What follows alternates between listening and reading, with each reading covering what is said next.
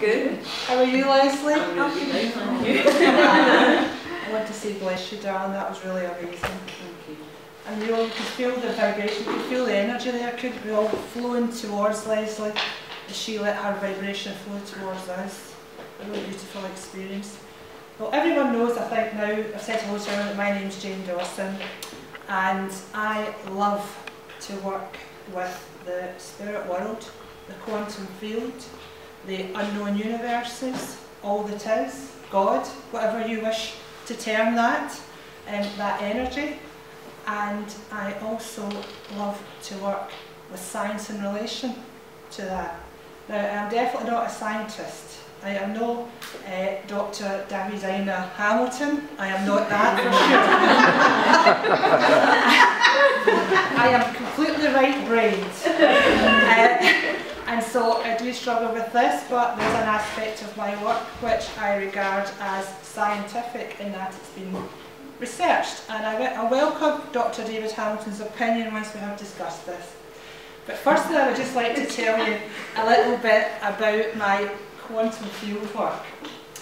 And David said earlier, he put forward this idea that we all have aerials, little, do you remember the old-fashioned ones used to sit on top of the telly with all these connectors coming out? In our brains. And yes, I do agree with that very much, because it's actually so easy to pick up someone else's thoughts, and I think our aerials vibrate and wave about all the time. They really do, you know. And I'll tell you what I know. I know that some of us have more aerial antennas than others, and I'm going to tell you why in a minute or two, okay? But also, I believe that the brain's a bit redundant in terms of working with the quantum field, because, as he also explained, it's really all about energy, isn't it? It's really all about energy. And the examples we cited earlier with Dr. Jill Bolt and various other people, when their brain is dying off and yet their consciousnness knows things and can see things out with normal 2D vision.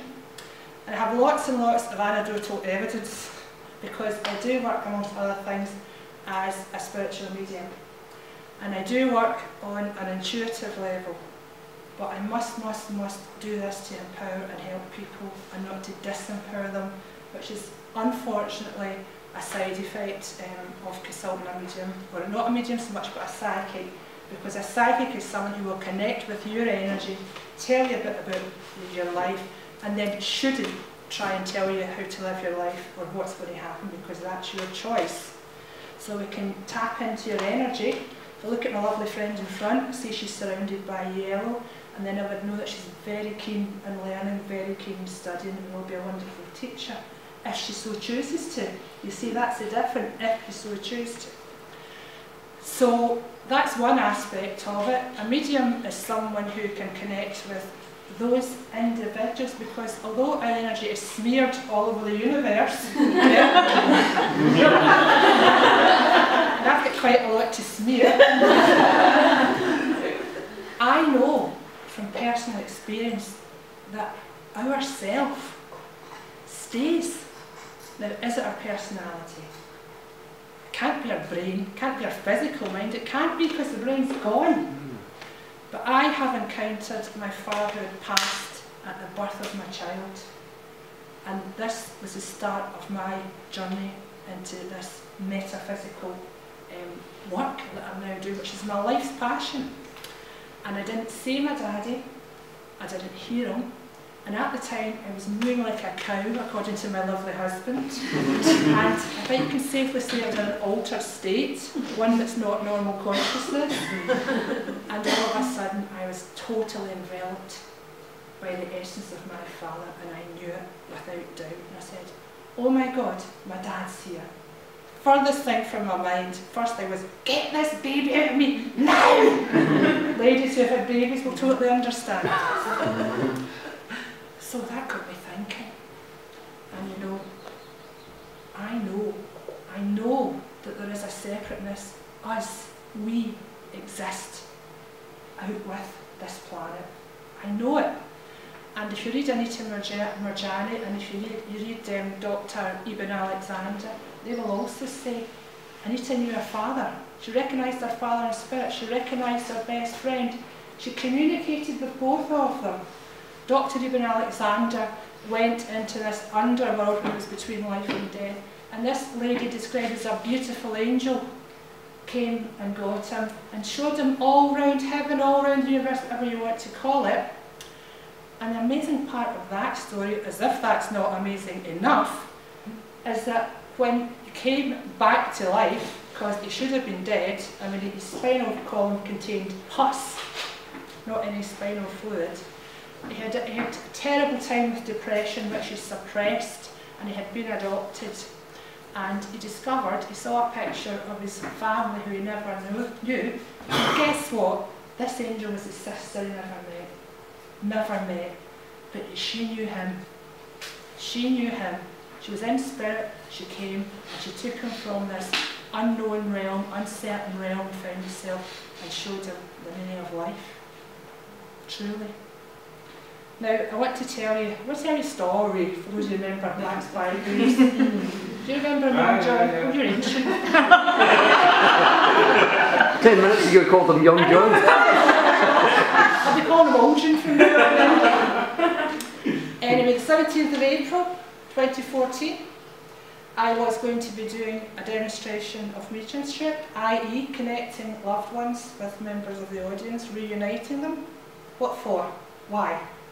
Well, to give them healing messages, to give them loving messages, to give them hope, and to prove to everyone there, hey, life may continue after what we call life. Because my daddy used to say, this is our hell. And actually, hands up if you think that's true, because I've had some hellish times. However, I was quite worked up about this because I was doing an evening for 80 people and I wanted it to go really smoothly, and totally not in my consciousness it was Mrs. Thatcher's day of her funeral. So I stood up, the audience were all assembled, and I stood up and they were looking at it like this. Because when you do this type of work, people think, amaze me. And that's a lot of pressure. Well, I already shared with you about my stress and my health. So that's a lot of pressure, so you have to bring yourself out of that. So I did the first communication, I've got your father here, blah de blah de blah. I turned round and I took a drink of water, and who stood to my right but the Iron Lady herself, Mrs. Margaret Thatcher, on the day of her funeral. I was like, oh my God, hello Mrs. Thatcher. So then I said, we're sitting with a Scottish audience, right, of ladies, and I said, you'll never guess who's here. Who? They said. I said, Mrs. Thatcher, get that bitch. It was awful. Ding dong, the witch is dead. Tell her to go to hell. This complete catacomb of terrible, terrible comments. So I turned and said, I'm really sorry about that, Mrs. Thatcher, don't bother with them. But she gave me a very beatific smile. Just like, you know that way, because she was standing with the handbag, the pearls and the blue suit. So I knew she'd come for a reason. But after I thought about it, she'd come for much more than one reason. So on we went, and I said to the audience, now, who here has met Mrs. Thatcher? One. Terrified hands went up. Everybody was glaring daggers at this lady. And I said to her, now you met her at a garden party 20 years ago, didn't you? Yes. And she was wearing this outfit, I described it, yes. And actually she was a real humanitarian, wasn't she? Yes. I said, she was really interested in you and your life, wasn't she? Yes. And you were quite amazed, weren't you? Yes. And then Margaret Thatcher brought in this lady's father, and I said to her, your father's here now, and he's telling me there's so much heartache round about your family. He wants you to know that he's fully supporting you. And chatting with this lady at the break, she told me her husband had just been diagnosed with terminal cancer. So that astounded me for two reasons. One, why on earth had Mrs. Thatcher show up at my evening of mediumship? She wasn't invited, let's face it. She wasn't welcome by that audience. But it clicked for me. Mrs. Thatcher is a totally intelligent, inquisitive woman. She's in the spirit world, she's visited her own funeral, that's quite nice. And she said, there's that Jane Dawson, I think I'll go and check in with her and see if all this communicating works. So she just showed up. But she's also said, how can I make this useful? How can I make this healing? Well, there's a gentleman there. I've met his daughter. Do you see the link? Do you see the link there? I'll come in with you. Okay. And I just thought to myself, wowzers. So I know, if you want to link with any person in the spirit world, I don't care how long they've been dead, they can link with Nostradamus if you want. You know, you can, I don't know why I picked out Nostradamus, but I did, so I must have a link to somebody in here. You can link with anybody, and if anybody wishes to link with you from the spirit world, they can do so. Okay? I never work without asking helpers and assistants and those who want to work with me to come forward. Why would you? Why would you work on your own if you've got the whole of the spirit world to help you? Experts and doctors.